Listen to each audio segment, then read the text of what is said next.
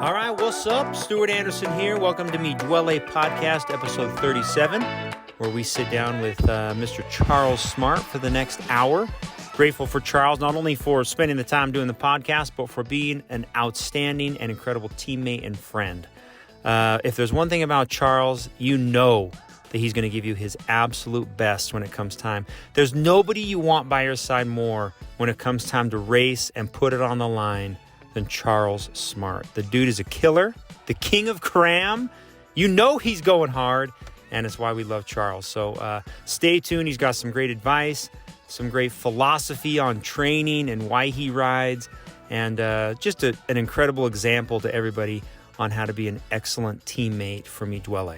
So thank you to Charles. Some announcements at the beginning about kits, about team store, camp, and a little special blurb on saddle sores.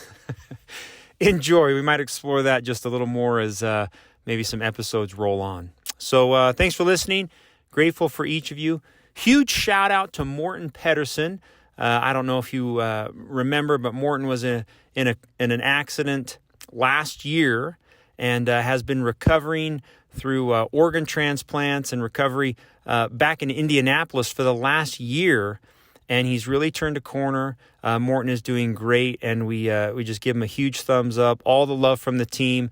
Big shout out to Morton to keep getting strong, keep getting healthy, and know that you're still in our thoughts and prayers. So great job, Morton. Can't wait to have you back in Salt Lake, back on the bike. So big shout out to Morton. And if you've got his cell phone or email, man, just send it to him. Send him all the love and let him know we're thinking about him and pulling for him. All right, Mi Duole, grateful for each of you. Thankful to have you on the podcast. Enjoy.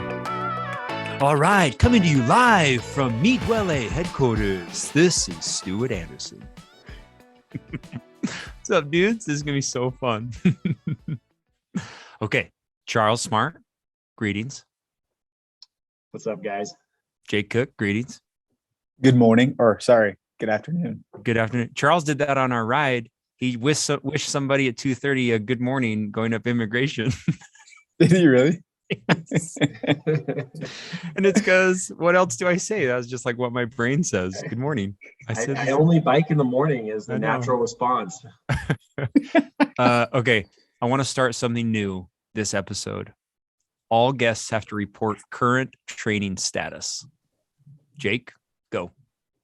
Well, currently private on Strava, so you can't see any of my training status. So I am incognito, but I probably the local legend of immigration.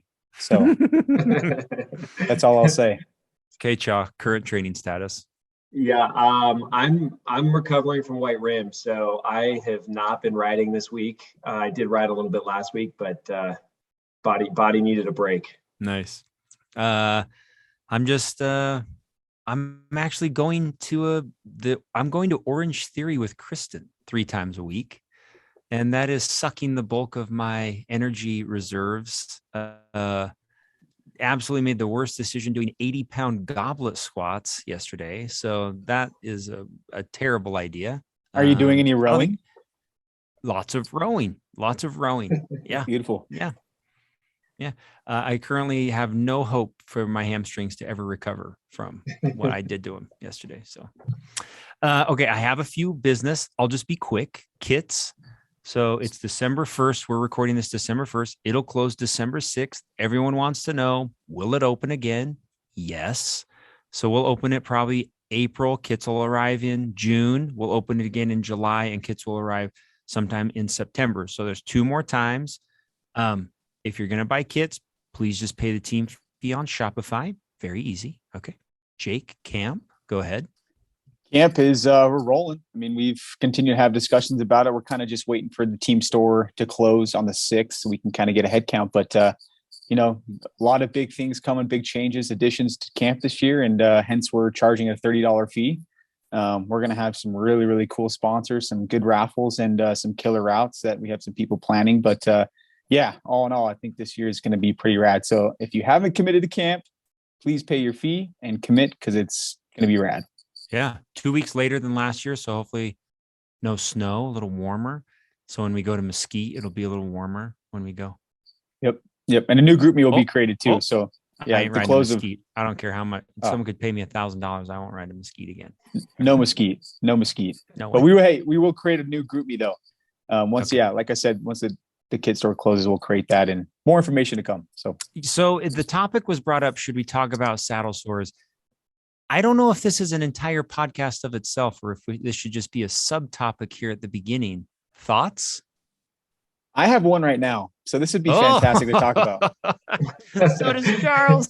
I'm also. So give us your wisdom, still, Dude. Well, I think it's funny. I was gonna send out like a thing to the team and just say like, well, what do you do?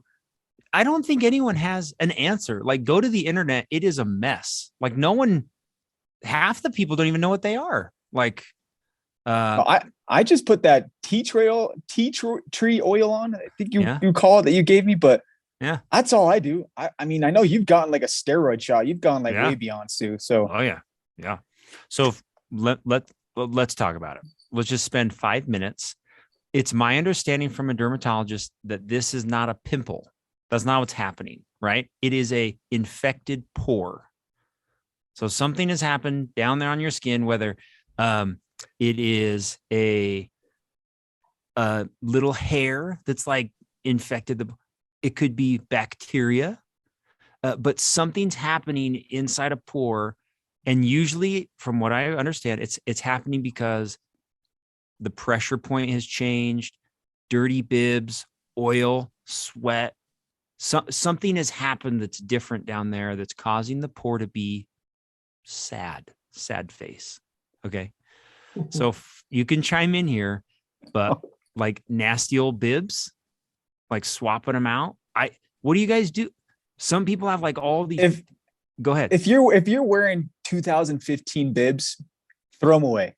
I mean, that's number one. Just get rid of them. Just get some new bibs. But hey, I will say, I do not, when I get home from a ride, I will immediately take my bibs off and I will wash them. Like I do not sit in them. Then do you dry them? I hang dry all my stuff. Hang dry. So what do you wash them in? Normal wash, antibacterial wash? So I do them in a quick wash. I do like a 20-minute wash. I don't do like a full cycle just because I wash so many kits all the time. So I mean, I don't know if that's probably my issue. Maybe why I have them is because I do a quick wash. The only reason I ask, Team Sky or whatever, I don't know what they're called, Ineos. Remember when they bought washing machines for every single rider on the team? That was to cut down on the spread of bacteria when washing bibs after each tour, after each stage. I don't know, Charles. We got in an argument on Zwift about protective creams and lotions. I want to hear thoughts on that. I mean, I'm personally in the camp of always riding with some sort of saddle cream. Based on a recent Zwift recommendation from somebody, I decided to not do it on my most recent ride and deeply regret that decision. So for me, saddle cream works, but it doesn't solve the problem completely either. What cream do you use, Cha? I am a D's Nuts, guys. Yep. So chamois butter is at our house, like that purple and yellow tube. I never put it on. I don't know. I kind of like the tingly feeling of the D's Nuts. I don't, Cha, if you get that feeling. I feel like the butter stuff doesn't have that in it, but okay. I don't know. So what about things like I've done Epsom salt baths when things are real nasty. I've done doing things to keep it super dry, like not while I ride, post. And then obviously, like Jake just said, I have been to Dr. Christopher Hull at the University of Utah Dermatology Center, and he injected my saddle sore with a steroid shot while I was in the dermatology stirrups with my legs. And dude, it went away in like a week. And then actually what's happened is he gave me hydrocortisone cream, like prescription strength. And whenever anyone is like, even if it's like tiniest bit, I just put that on. So you don't pop them, Stu? You just you put the cream right on top of them? I never scratch pop. I never do that ever. Really? No. Okay. I feel like it makes it worse. No?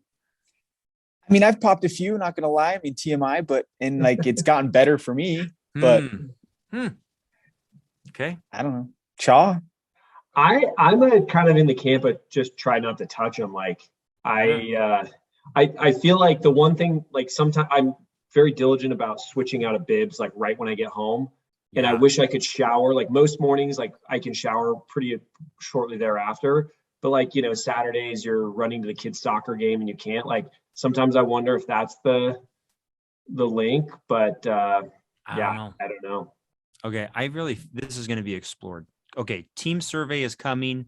We're going deep on chode sores. So Aaron Jordan, ready. if you're out there, Yeah. maybe you could shed some light. You put This is thousands of miles on. I mean, this is, This might be a couple episode series, to be honest. Okay. I want to know someone's opinion on fit too. Like that's my latest thinking. Yeah. Like, is this just a fit problem? Like, see, I've tried multiple saddles. I've tried different shorts, different chamois. Like, is it just a fit problem? See, that's what somebody's told me is like, you're switching from road to mountain bike to gravel bike. And that pressure point is constantly changing and like making things irritated. I don't know. I don't know. Okay. Okay. There's got to be a guy.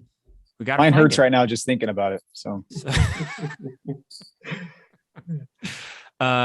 get ready. I'm going to introduce Charles. If you don't know him, here it comes. This introduction is from his wife. We asked Katie, special introduction. I would like to introduce my awesome husband, Charles Smart, aka Dad, husband, bro. I like that. Uncle, Bro. Ski Bum, and Chaw. So you might have heard Chaw. To many, especially those from high school days and within the biking community, he's known as Chaw. The nickname Chaw began to fizzle away after college when we moved to San Francisco for work. For me, swapping Chaw for Charles was a challenge. I had been using his nickname since I was young, 15-year-old high school sophomore that was crushing on the hot blonde shaggy-haired junior. I love it. However, I adapted, and after living out of state for over 4 years, the nickname Chaw officially died. It wasn't until Charles began biking with Mi Duole that the name came back, and it's so nostalgic to hear people call him Chaw. Dude, that's all I've ever known you as. That's fun. Okay. Charles grew up in Salt Lake City, oldest of 6. Dude, I didn't know you were oldest. Yep. How old are you? 35. 35. Okay. He went to East High School where he met the girl of his dreams. I love that. Then graduated from the University of Utah with a degree in economics and has been working in finance ever since. Charles has always loved to bike. He's been road biking for years, even before it became popular amongst our generation. I like to think he's a trendsetter. Back in 2004, you were 17 then, he would bike from the high avenues in Salt Lake City to soccer games in Orem. Which route? Suncrest? That didn't even exist. Point of the mountain, going past those double trailers at the gravel pit, like terrifying. Very scary. It's gnarly. Then after watching my game, he would bike home. Today, that's standard for Saturday morning, but back in 2004, it was crazy. I would agree as a 17-year-old. 3 things Charles loves besides biking: family, amazing husband, father, the best to our 4 children, Charlie 9, Ellie 7, Ruby 4, Caroline 2. Does Caroline ski yet? She does not ski yet, but she desperately asks to go. Very good. Okay, so number 2, skiing. Loves to ski and has taught our kids to enjoy the sport. He and his kids have already been up 3 times this season. Charles, I was using you as like an example to my kids. Like, we got to go. Charles has been up 3 times. So, and then this is awesome. A good nap. He can fall asleep anywhere. He's been known to completely pass out sitting up while chaos erupts around him. Dude, I love that. Okay. Charles is a beef jerky connoisseur. Mexican food is favorite food. And he lives for our yearly trip to Newport. That's in what, end of August? End of August, yeah. Beautiful. For some reason, he's always in the market for a new bike and spends unnecessary amounts of time on KSL. I can't wait to get into that. That's great. Oh, so good. Okay, Ja, tell us about early life. Did we miss anything? Was that good? She got it. That was fun. Okay. Katie's rad. Jake, you know Charles from high school. I do. I mean, I think Charles maybe, so I was a freshman at East when he was a senior. And okay. Back in the day, the seniors used to shave the freshmen, the heads. So I don't think Charles actually shaved my head, but his group of friends did. And I think I got shaved 3 or 4 times that year. So that whole year, freshman year, I had a bald head. So it was great. Sounds terrible. Yeah. But Cha was a legend, dude. And, speaking of hair, Cha right now has short hair, but he was famous for the long shag, as his wife said. And, the famous old school kind of bowl cut, the long hair kind of goes straight across, So I'm kind of voting for Cha to bring that back, so. I wish, okay, man. Cha, tell us about early life, maybe work, what you do now. Just give it to us, your family, what you do. Yeah, so Katie covered a lot of it, but grew up in the Avenues, one of 6 children. Katie was the only girl I've ever dated. I asked her to homecoming and actually didn't connect the dots that she had gone to. So I knew her when she was a freshman. Her sophomore year, she had transferred to Roland Hall, and I asked her to homecoming. I was a junior, and I didn't even know that she wasn't at East High. And so it was sort of a funny connection to make when I realized that she wasn't there. But she ended up transferring back to East, and we've been high school sweethearts ever since. But in terms of work, I work as a venture capitalist, so I invest in technology companies, typically companies that are 2 to 4 years away from an IPO. My personal kind of background tends to be more on the software side, so a lot of investing in software companies as a professional. So yeah, that's kind of it on my end. What about this where your work parallels cycling? I like that. What does that mean? Yeah. I mean, the venture capital world is really interesting in that you will make an investment and it's generally kind of, many years before if you made a good decision or not, right? So it takes time for these companies to grow. It takes time for some sort of, exit to manifest itself. And so there's a lot of patience and waiting and just, you get a sense for how companies are trending, but you won't know for many years in most cases whether you made a good investment or not in the venture capital world.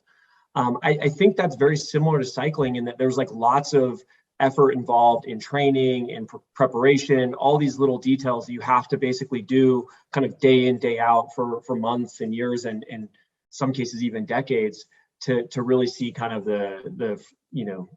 the outcome of your effort. So I think there's just a lot of parallels in patience, kind of attention to detail and things like that. I agree. Very good. Man, spoken like a true legend. Jeez. Okay, well, that was a great podcast. We're going to wrap up. Okay. Katie alluded to your long rides. Let's talk about that for a second. How'd you get into endurance sports? Yeah, so like growing up, my dad, not a big sports guy, but one of the things that he did do is he had done a little bit of road biking. And so like he would talk to me about having rode out to the Great Salt Lake, which is like a teenager seemed kind of crazy. And so, sort of hit a point in time where I was old enough to go do that with him and kind of got a little bit of taste. I grew up in the Avenue, so close to the foothills of Salt Lake City. And so was out on a bike kind of in the hills behind my home quite a bit growing up. And in 2002, I got a job working at a local kind of bike shop, ski shop here in Salt Lake called Sports Den. At the time, the coolest bike in the world was this bike called the Kona Stinky. In fact, mine was the Kona Stinky Deluxe, which was like basically the like leveled up version in the base model. I'm looking that up right now. A downhill bike. Like it was. It's all Sports Den sold, man. It was like it's all Sports Den sold. They were like, I think they were the number one dealership of that bike in the nation at the time. Yep. And this is like, I'm a high school junior at the time. I think the bike was like $2,500. Like that was more money than I'd ever had or kind of spent on anything. And, I basically got my parents to give me a loan to buy this bike. And that's when I would say I really got into riding bikes like every day. And so right behind my home, I would ride on the trail kind of through my backyard to Dry Creek, up Dry Creek along Bonneville Shoreline and down bobsled. And like, that was just a lap that I would do every day. And then, part of it was also like in that same time frame, Lance started winning a lot, the Tour de France. He came out with his book. I have this like very distinct memory of being with my parents and they, for some reason, like they wasn't they just had been reading the book, and I picked it up, and I just like couldn't put it down. I'd never really rode a road bike, but was just kind of blown away with what he would talk about in there. And so while I was still working at Sports Den, kind of sight unseen, I went and I sold the Kona on eBay, which like at the time was kind of, I think it was kind of wild. Like, I think I shipped it to Alaska, like didn't even know how to like barely do anything. Like, I think the guy was like reporting me as a fraud because I was like slow to actually ship the product. And he was, you know, he was like, why is this seller not, you know, delivering his goods? Anyways, it ended up transacting, getting through, but basically took that cash and plowed it into this Cervelo Soloist. And this was like, as far as I know, this was the first model of the Cervelo Soloist that ever came out. And it had this like very sleek aero teardrop frame. Like, I actually think a lot of bikes today have adopted the geometry and sort of this look and feel of what those old Soloists look like. And I literally, you know, bought the kit at Sports Den, bought the shoes, bought the bike, like and rode from Sports Den, which is on Foothill Drive, up Emigration Canyon. And I just remember being blown away. Like, you could pedal fast and you could just feel it instantly push you faster up the hill. Whereas like on the, you know, on this downhill mountain bike, like you would pedal and you just like feel the travel and the shocks just like suck every bit of power out of you. And that was the first real like road bike ride. And I kind of fell in love. And then it was just honestly kind of just turned into like, well, I think I could ride up to Brighton. I think I could go up to Alta. I think I could go to this soccer game. And it just kind of took on its life. So that was high school. That was high school. Yeah. Dang, dude. Were you That's rad, man. Were you training at all? Were you just like out, just like, I'm going to Alta? I didn't have like any structure or anything like that. There was one other kid in high school who was actually pretty into road biking that I rode a little bit with. He ended up going to Durango to ride at a kind of a collegiate level. And like, that wasn't anything that I was considering, but I just remember seeing people and thinking like, hey, I want to beat this person up the hill. Oh, and boy. It just, I think it's a bad attitude actually to have. Dude, you've like, been stone cold since kid. day one, man. You've been stone cold since day one. I've been so humbled since then, Jake. Jeez. The truth is coming out, man. I can't wait to share that. Okay. Yep. Charles, I did not start riding a bike till I was like 28.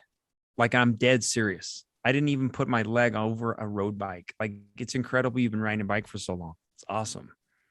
I think part of it, I'll just add this in, is like, I played soccer growing up, but like freshman year, soccer kind of got in the way of skiing. So as I went into my sophomore year, I was like, all right, I just want to ski. I don't want to like deal with any other commitment, which in some ways, like, I regret now, but I think that gave me time and sort of an opportunity to ride a bike that I think most high school kind of athletes don't frankly have. And I also think road biking requires a level of kind of suffering and tolerance that like most kids don't actually want to deal with. Right.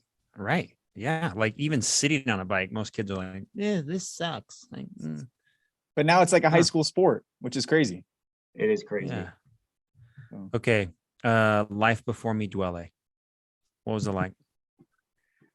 So, I mean, I had some friends that rode bikes. I didn't have anything too consistent. Probably the most consistent person I'd ride with is my brother Edward, who a lot of people on the team will know. He lived not too far away, so we would meet up and ride, you know, Mill Creek or Emigration or Big Mount or whatever.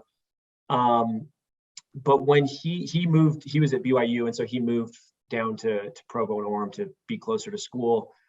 That kind of actually opened up this window where, like, in catching up with Jake, he was like, hey, come ride with the team. And I vividly remember my first ride. I think it was a Thursday morning, Big Cottonwood. Yep. Dave Sharp was there. Paul Watson was there. Jake was there. Andy was there. Like, the whole crew of like Mi Duole OGs. Yeah. And I remember, like, okay, we start going and you get to Storm Mountain and Sharp just turned on the jets. And I was like, okay, like, I can get to the top of this. And then I managed to get up there with him, but it's like the jets just never came off. And so I think we got to about Silver Fork Lodge, and it was like Andy and Paul and Sharp, and like I just got dropped. And I remember being like, wow, these guys are hardcore. And I'm not sure I have that level of fighting me every bike ride, but I absolutely loved it. And the rest is kind of history from there. Yeah. Do you remember when you were like, okay, I'm going to start? Was it slow? Because I don't remember. I remember doing Iron Lung, in 2018. But then I really don't remember how we I don't remember how it became like we were riding together every day. I don't remember like even when it started. So the first time I think I met you, Stu, because I don't think you were there that day in Big Cottonwood. The first time I met you was at Iron Lung, and it was going up Big Mountain, which I think is still my PR. It's like it's like a hair over an hour PR, which it was you, Adam Barker, and I. And I had met Adam through some other friends that were into biking. And so I didn't know him super well, but I knew him enough to be like, hey, there's a friendly face. Like, let's ride, let's group up together on this Iron Lung. And so that was my first time meeting you. And I feel like it was probably sometime after that where. Yeah, me too. What was the year you didn't do Lotaja? Yeah, that year. I didn't do it. That was okay. Year. So that was the same year I didn't do Lotaja. I feel like we rode really deep into the fall. And I remember that's when Jake connected us over text and like bought the team kit. And well, Stu, I remember Stu coming back from that Iron Lung and being like, hey, I rode this, Charles Smart kid, and like, tell me about him. And so anyway, I think that's kind of, again, what initiated the whole conversation. For our listeners, that was my second fastest Emmy to Big Mountain. But then coming back, I was walking my bike up the backside. It's the slowest backside Big Mountain I've ever done. Like, I was a wreck. And you went off with Ed, Charles. You were still spry. Well, what you guys, a lot of people will know is that Edward was very much the hammer in when I ride with him, he will drop the hammer and I just get crushed. And so that particular day, the way it had worked out is Edward was the first one over a Big Mountain. And he didn't know the course. He didn't know anything, but his time over that mountain, he was, I think, minutes ahead of where we were even. And so when he came back up the backside of Big Mountain, he was completely cracked. And so I sort of took that chance to put a little bit of pressure on him, but it didn't matter. He was still strong till the end, but that was a fun day. That was a really fun Ed's day. a strong rider, man. He's a great rider. Yeah, he is. He needs to pace himself, but he's a phenomenal rider. He is.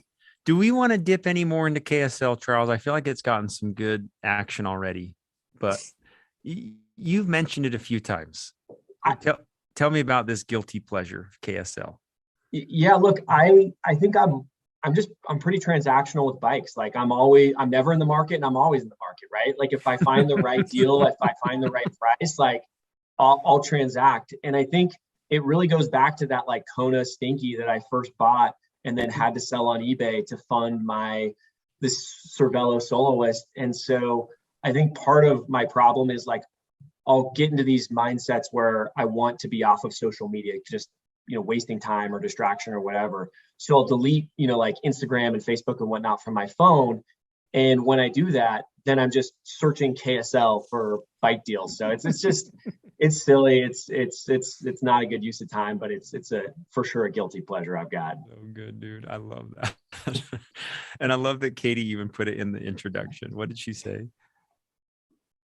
For some reason, he's always in the market for a new bike and spends unnecessary amounts of time on KSL. Although, what do you tell the listeners? What are you riding now, though? You didn't get out on KSL. No, I bought the Ventum. Opportunistically, when that deal came out and Ventum was kind of new on the scene a year ago, and frankly, bikes were also hard to get. I sort of thought, hey, let's roll the dice. Let's give this new. I thought it looked really sleek and I've loved the Ventum, so it's been great. But like I said before, I'm kind of always in the market, and so we'll see what comes next. Your mountain bike though is from KSL, right? My mountain bike is from KSL, and your gravel, and your mountain bike is sick, and my gravel. Yep. So 2 out of the 3. Nice. 2 out of the 3. Yeah. All right. Before we move on to your just overzealous race calendar for 2021. You mentioned in our little pre-show document here about your family growing up. Let's just talk about that for 1 second. I really like Charles. If you've been with Charles or ever watched him, Pedaltherapy. Let's hear the background here behind Pedaltherapy. Yeah, I mean, so biking is really something special for me. I think some people probably know this, some might not, but when I was 16 years old, my sister was kidnapped from my family home. And when that happened, my entire world just got turned upside down on its head. And so like like my family was dealing with, the like ramifications of this like horrendous situation. And, look, 16 is a hard time of life without any of these things happening. And so,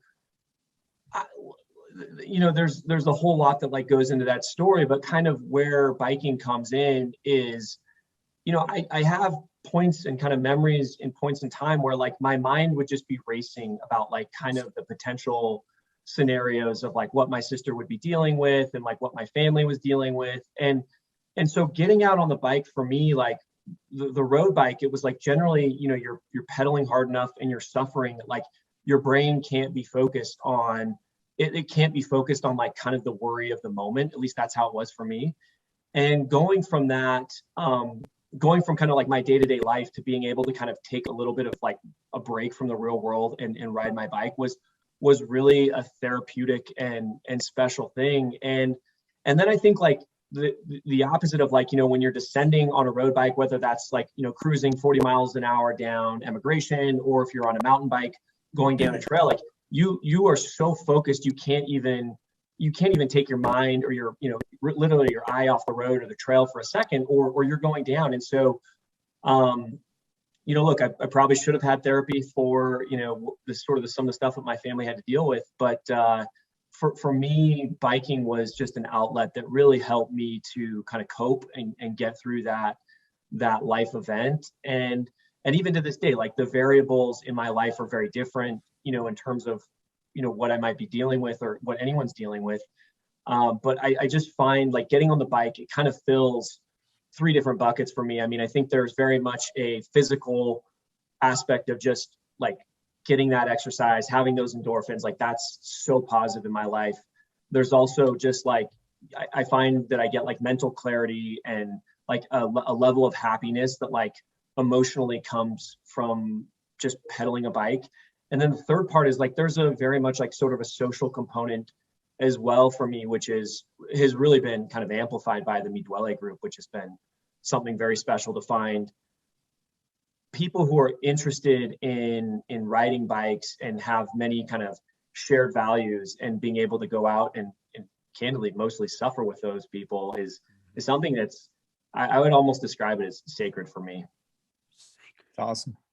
For real. I mean, you wrote on here somewhere, it's spiritual. I agree, Charles. I feel that's why we're connected so close with some of these people we ride with. I'm serious, is you like cannot replicate that in my opinion in any other way. I mean, maybe some other endurance sport or team activity, but man, I agree. Well, I think there's something to be said about like suffering, like when like you kind of like, I mean, there's the analogy of like a mother and a child, right? Like when you've suffered for someone, you tend to like love that person a little bit more. And I get that the cycling dynamic is very different, but like, I think when you're out on these really hard days or these hard pushes and you're sort of like suffering with people, like it just sort of bonds and forges relationships in a very different way than like a normal social setting might permit. Yeah. Sacred. It's awesome. Euphoric, baby. So good. Okay, well, Charles, let's talk about your 2021 races. Give us a rundown, dude. Yeah, so 2021, I wanted to switch it up in 21. So I bought the gravel bike in 2020, wanted to get some gravel under the belt. I also had bought a mountain bike, so I wanted to try, point to point. I'd seen Chip and John Olson and so many of our kind of friends riding point to point. That was sort of a bucket list one for me. And then like Lotoja, I mean, hate it or love it, I'm just a sucker for that race. Like, so I did do all 3 of those events, and I think this has been like a standard rotation of races for Chip, which like hats off to him, man. He that's the Triple Crown, dude. That's the Triple Crown. Well, and Chip added last year flipping Belgian waffle. Yep. Oh, and, yeah. And all road. Yeah. Gosh. I don't think go ahead. Go ahead. No, go ahead. I was gonna say, I don't think I had the all road in me. Like that would have been 3 weeks of like back to back, just brutal 8+ hour races. Yeah. Yeah. You were saying like Crusher was probably one of your favorite races of the year. I mean, you said you're planning on going back, right? I was, yeah, I absolutely loved Crusher. I think there was a couple things that really like surprised me to the upside on that event. One is like I'd never spent any time in Beaver in that mountain range right there, and like the beauty, I was just blown away. So beautiful, incredible riding, like the way they managed that course. Like I don't even think I saw a single car that wasn't a race vehicle on the course, other than there's like a small little loop that's on the road. And so like that was amazing. I think the other aspects that I really liked about it, it's a lot of climbing. So it's a lot of suffering, it's gritty. And like one of my favorite parts is like it's an uphill finish. Like, like a lot of these, Lodija it's what, a 9-hour race that comes down to a sprint. And so like I think that dynamic is really interesting in that like a matter of seconds or split seconds even tends to determine the race. Whereas with that mountaintop finish, like it's a complete grind until the very end. And I liked it. I loved it. I'm going to sign up again for sure. Dude, you had your family up there, didn't you, when you finished? I did. Yeah. So cool. It was so good. It's great. It was awesome. It's okay. awesome, man. I saw you all day at Point to Point. Let's talk about that. Yeah. I mean, Point to Point, like different, obviously very different than Crusher because it's all single track. It's all, it's all kind of in our backyard in terms of like the mountain bike rides that those of us who live in Salt Lake are riding frequently. And so what I liked about that is it was a big race, but like sleep in your own bed, show up at, a relatively reasonable hour. And then it's just riding the most incredible trails on the mountain bike, like in our backyard, which like, I think we hit segments of that, as kind of riders here relatively often, but like the course was incredible. The race was incredible. We got really lucky that day. Like there was all this talk about the smoke shutting down that event because the AQI was too high. And we were fortunate enough that cleared out enough for them to hold the event. The temperature wasn't too bad, even though, it's Labor Day. So it's definitely a hotter time of the year for riding bikes. But yeah, a big fan of that race. Did you spend any time at the Oasis? I cruised through the Oasis and I think I grabbed like a slice of watermelon, but I did not I feel like the longer you drag any of these like bike races out, just like the more painful it is. And so for me, it was just like put a foot down, grab it as quickly as possible and keep going. And so I think I grabbed something there, but I wanted the race to be over as quickly as possible. But Jake, maybe you don't know this part. At the first stop in Deer Valley, Charles comes pedaling through. Hey, have you seen Katie? And I'm like, well, no, I'm there supporting Adam. And he just goes, okay. And he just rode through. And I'm like, no support? I don't know. Charles, after that, I was like, I have no idea where he's going. What is he going to do? He got no water bottles. He got nothing. Well, and Katie arrived like 30 seconds after he left. And she was like, no, I missed him. Well, so the backstory there is I had not actually ever been planning on her to be there. Oh, okay. Because I had 2 different Camelbacks. One was big enough that I could get through to the sort of 50-mile marker and then swap out with a new one. And so I sort of opportunistically said, hey, like, if you want to come up and like, say hi or, like ride up the ski lift with the kids, like that'd be fun. But that's right. The timing of it, like she missed it. It wasn't a big deal. Like it definitely didn't impact. I was mentally prepared to like not stop there kind of leading up to the race. So it didn't throw me off at all. King of Cram. He was ready to go. King of Cram. I know, dude. She had all your kids. I was like, oh man, I'm sorry. That's right. What about White Rim, Chaw? I love White Rim. Like I'm my style of riding, like I'm not like a super big risk taker in terms of like descending. Like I'm never going to be the fastest guy down the canyon on a road bike. I'm never going to be the fastest guy down a trail on a mountain bike. And I feel like white rim plays to what I kind of enjoy the most, in that it's like, it's long, it's rough, it's gritty. It's like, I think there's even an element of risk that kind of exists on that ride that doesn't exist in many of the other races, because like, if you get 50 miles in, like there's no bailing out. Like you're riding 50 miles, either back out the way, you came in, or you're finishing the loop. And so it's just like, there's sort of a level of intensity of, I think, being out in like the wilderness without, really any extra support options. No, like no cell service pretty much. Like you need to bring all your water out there. And I kind of love that. And then I also just think that like the views and like the scenery is just, it's among the most beautiful riding I've ever done for sure.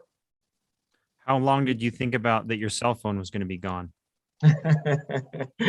Yeah. Well, so there's a little bit of a backstory there. So Okay, I was it. meeting up with it was Taylor Cannon, Zach West, and Jason Lang to start from the FKT starting point of the segment. And I'd accidentally parked like a quarter mile away.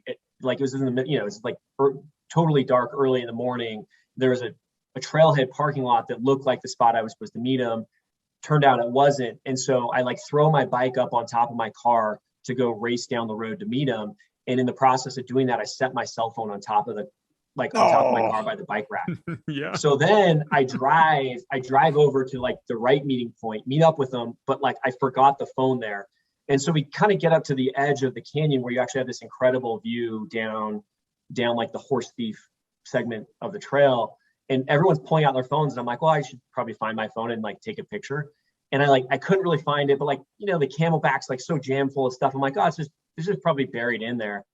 So then at about like mile 50, we like take a minute to kind of like, eat some food and like hydrate and whatever. So I'm kind of digging through my pack and I'm like, I don't think my phone's in here. And then I started to think, I'm like, you know what?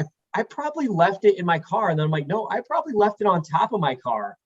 So I pull up at the end of that ride, and like then from there on out, it's just like weighing on my mind. I'm like, I got the new iPhone. The worst. Like 2 months yeah, ago, the worst. And I'm thinking, I'm like, that phone's probably gone. It's got all my credit cards on the back of it. So I get to the trailhead, and like sure enough, it's just like sitting on the corner in the front corner on the roof of my car. And So somehow, lucky. wasn't stolen, hadn't fallen off when I was going over the cattle guard. So that felt like a win for sure. Did Katie ever say anything like, why are you just in one place for like 8 hours? Well, so she did say something, but she's like, because you have basically like no cell service, she's like, I just assumed like that's where your phone kind of like lost signal and you couldn't pick it up. So I don't think it really like, it didn't, good, yeah, it dude. wasn't too much of a signal for her. Oh, that's crazy, dude. So you didn't put much on here, but I kind of want to spend a couple minutes on. So all year, Charles was like, let's not do Lotaja. It's stupid. Like you were very adamant that like you're not doing it again, but then you arrive at this experience and you just freaking unleash hell. Crush. So I just want to hear about your day, what happened. Just give us a little play by play. So going into Lotaja, like a week earlier, I had done point to point, and like I was like beat up, like saddle sores, like muscles, fatigued, like just I felt really, really tired.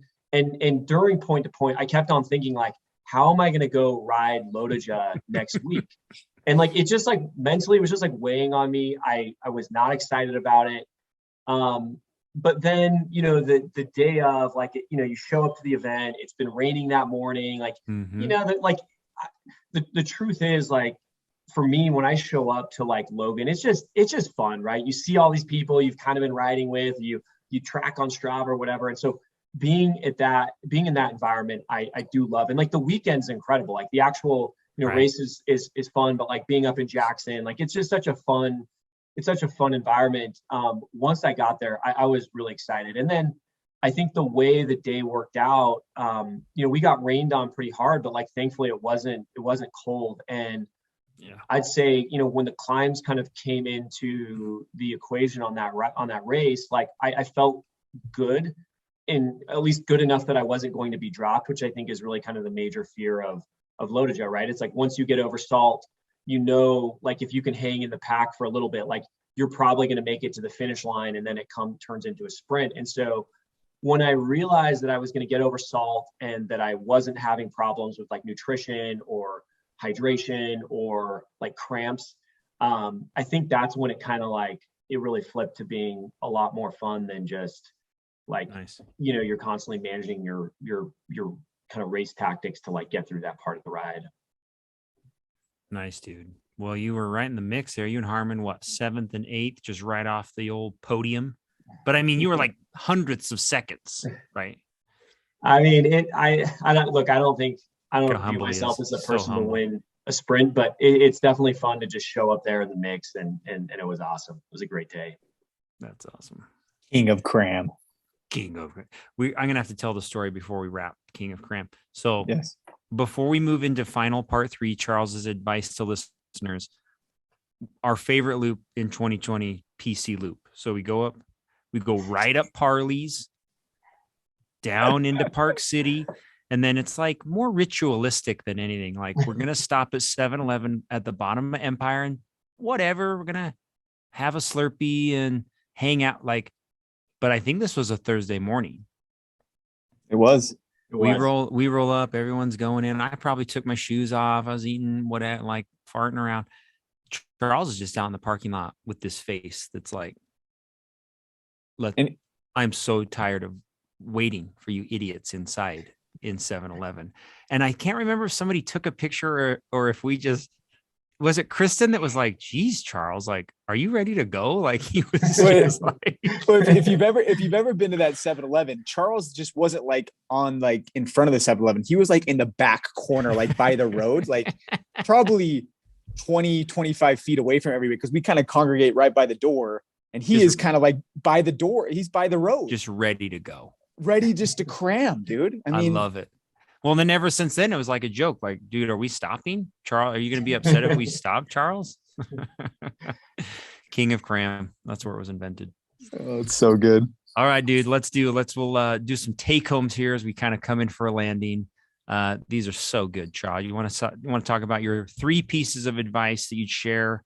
And this is like whatever, family, balance, anything, cycling. That's kind of what we asked you to prepare. So this is gold, man. It's gold. Go ahead. Yeah, I think the first one I would highlight is just like, I'm a big believer, and I'm definitely not perfect, but just trying to be kind to other people. Like my family, kind of given with what we've had to deal with, with my sister and whatnot, like we've had the blessing and curse of a lot of attention of like media in kind of the course of my life. And I think for me, the good part about that is like, it sort of brings awareness to your situation, what you're dealing with. And so people are kind, like they'll give you a break. They will want to help you. They'll want to like, just do a lot of very kind and gracious things. But like kind of my view and experience with most things in life is that most of the time people are they're suffering, or they're dealing with hardship or heartache or whatever trials it might be. And it's frankly in silence. And so like, you don't have the benefit of anybody cutting you a break, because like nobody really knows what you're dealing with. And so I just like, there's this quote, this is one of my favorite quotes, and I'll just read it. It's like, when you meet someone, treat them as if they were in serious trouble, and you'll be right more than half the time. Like that quote, just like to me, has like rang so true in my life. And I think that a lot of people honestly are often dealing with hardship and heartache that like really most of the world, and maybe even most of their family, might not even be aware of. And so I just, that for me is kind of like my number one take home.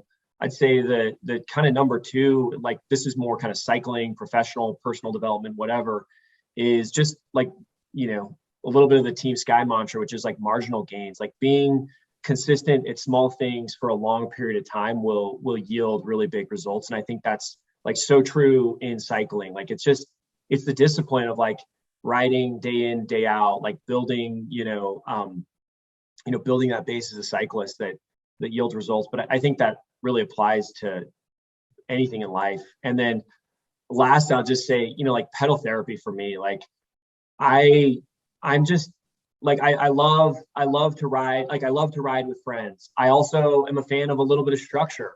I also love, just riding for the sake of riding. And so like, for me, I don't have like the smartest method in terms of like how to structure my training or anything like that. But I just find that like pedal therapy for me fills a physical, emotional, and spiritual bucket that's super special for me. And I think riding a bike could honestly change the world. So that's all I got. Dude, Charles, I don't know. You say here, it might not be the smartest method. The most painful experiences I've been on a bike, you're right there. Like what you are doing is working. So dude, you're one of the best men and best, athletes I've ever associated with. So I count you as one of my best friends, Shaw. Just absolutely the salt of the earth, and grateful for you. Thankful you'd spend a few minutes on here. Jake, you want to say to Shaw?